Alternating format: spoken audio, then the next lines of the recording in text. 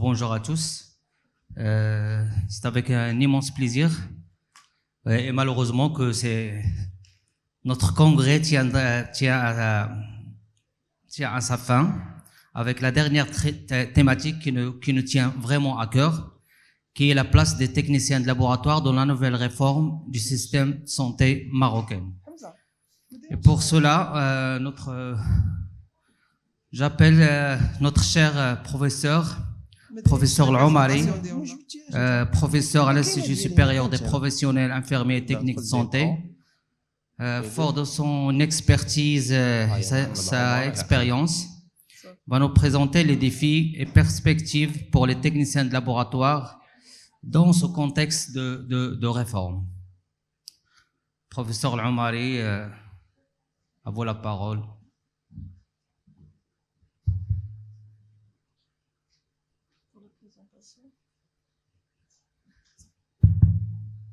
Alors donc, bonjour, chers amis, chers collègues, honorable assistance.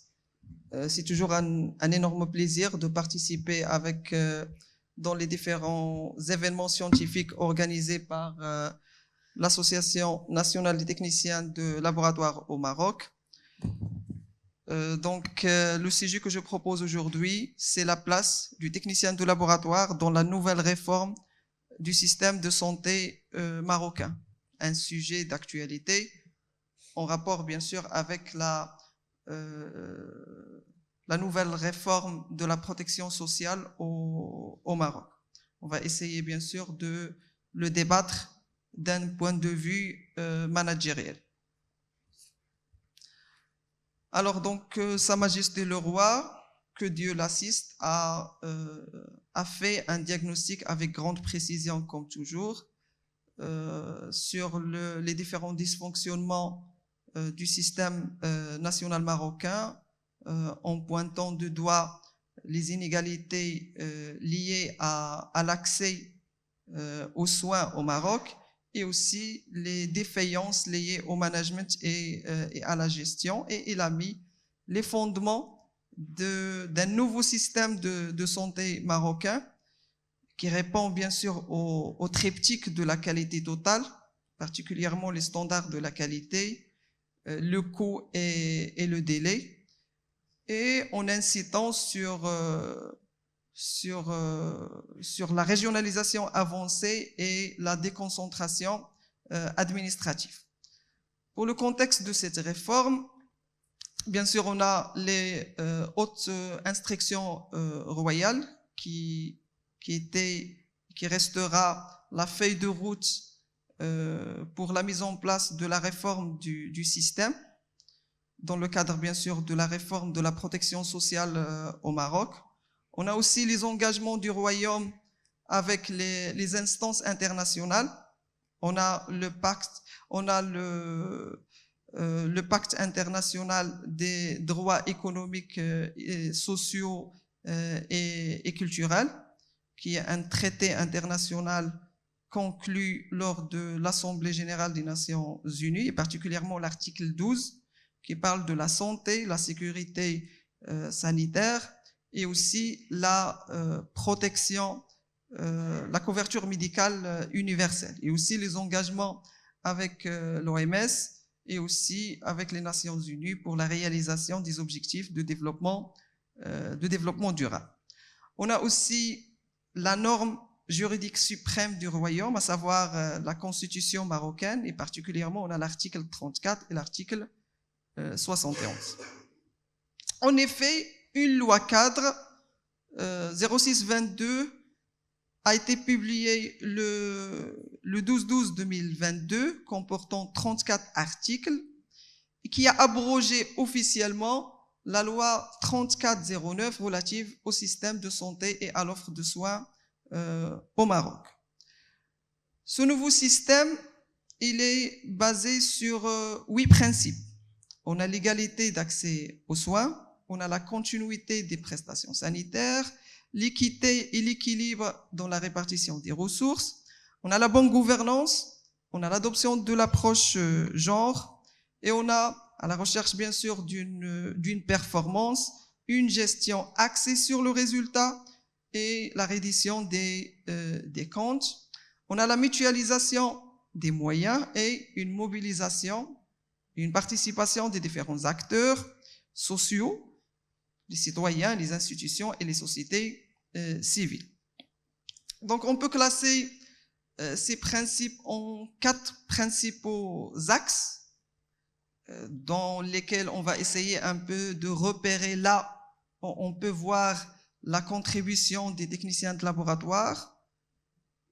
On a la bonne gouvernance, on a la valorisation des ressources humaines, on a la mise à niveau de l'offre de soins, sachant que le domaine des laboratoires de biologie médicale en général est parmi les rares domaines de la santé qui ont une norme d'accréditation spécifique, à savoir bien sûr la norme 15189, et on a la digitalisation du système national de santé à travers bien sûr la mise en place d'un système d'information intégré. Et là aussi, on peut bénéficier du retour d'expérience des techniciens de laboratoire et des professionnels du laboratoire, étant donné qu'on travaille surtout pour les laboratoires opérant dans des structures de niveau tertiaire depuis une bonne dizaine d'années d'un système d'information de laboratoire.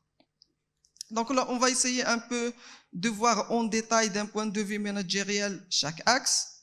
Premièrement, on a la bonne gouvernance. Tout d'abord, lorsqu'on parle de la gouvernance, est-ce qu'il s'agit, donc la question qui nous interpelle, est-ce qu'il s'agit d'une notion, d'un concept? Donc bien sûr, il s'agit d'un concept, du fait qu'il n'existe pas une définition qui fait l'unanimité. Généralement, il est multidimensionnel. Et on peut parler de la gouvernance dans la littérature et aussi dans les différents rapports, comme on peut parler de l'administration générale ou de stewardship, c'est pratiquement la même chose. Donc on va commencer un peu par la définition de la gouvernance. Donc la gouvernance, c'est un ensemble de processus par lesquels les autorités d'un système de santé exercent leur pouvoir. Donc il s'agit de l'exercice du pouvoir à travers la formulation des politiques, la régulation des ressources et la prise de décision, bien sûr à la recherche de la performance. Selon l'OMS, il s'agit d'une fonction. Une fonction parmi les 6 fonctions qui composent un système de santé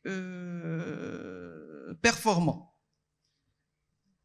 C'est pourquoi il l'a défini comme étant la fonction par laquelle les autorités responsables, bien sûr on parle du ministère de tutelle, prennent des décisions, élaborent des politiques. Il a ajouté un concept important lié à la mesure de la performance, que ce soit des institutions, des politiques, etc.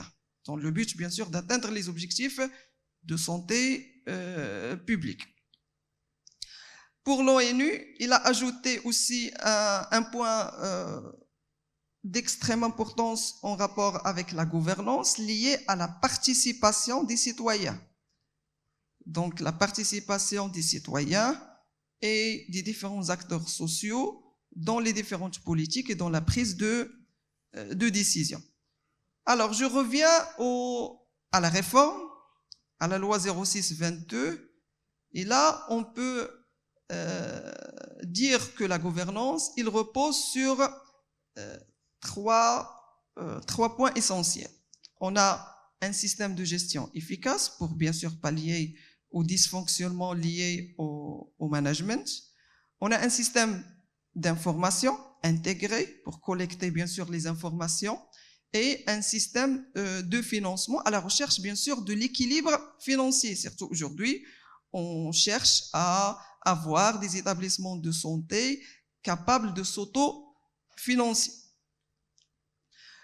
Et là aussi, on peut un peu dans le point en rapport avec le financement, bénéficier de l'expérience des professionnels de laboratoire, surtout dans la révision des nomenclatures du nombre de B, pour bien sûr que cette nomenclature peut suivre l'évolution du métier de laboratoire. Alors, donc, pour la gouvernance, sur le volet organisationnel, le Maroc a mis en place un arsenal juridique lié à la création du groupement sanitaire territoriaux, la création de la HAS. Il a insisté aussi sur l'importance et la valorisation des ressources humaines, qui est le deuxième axe qu'on va aborder. On a la création de l'Agence marocaine des médicaments et des produits de santé, et aussi la création de l'Agence marocaine du sang et de ses dérivés. Pour le deuxième axe, donc, on a la valorisation des ressources humaines. C'est quoi la valorisation des ressources humaines? Ça veut dire, c'est l'ensemble des stratégies et actions mises en place pour la reconnaissance et la motivation et le développement des compétences du personnel. Comment? À travers la formation continue, à travers la reconnaissance, l'amélioration des conditions de travail, etc. Mais pour arriver à la valorisation, à valoriser les ressources humaines, il faut bien sûr faire la rupture avec les approches archaïques, le taylorisme, le fordisme et le fayolisme. Donc, on a évoqué pour la valorisation des ressources humaines deux points essentiels. On parle du développement des compétences et de la motivation.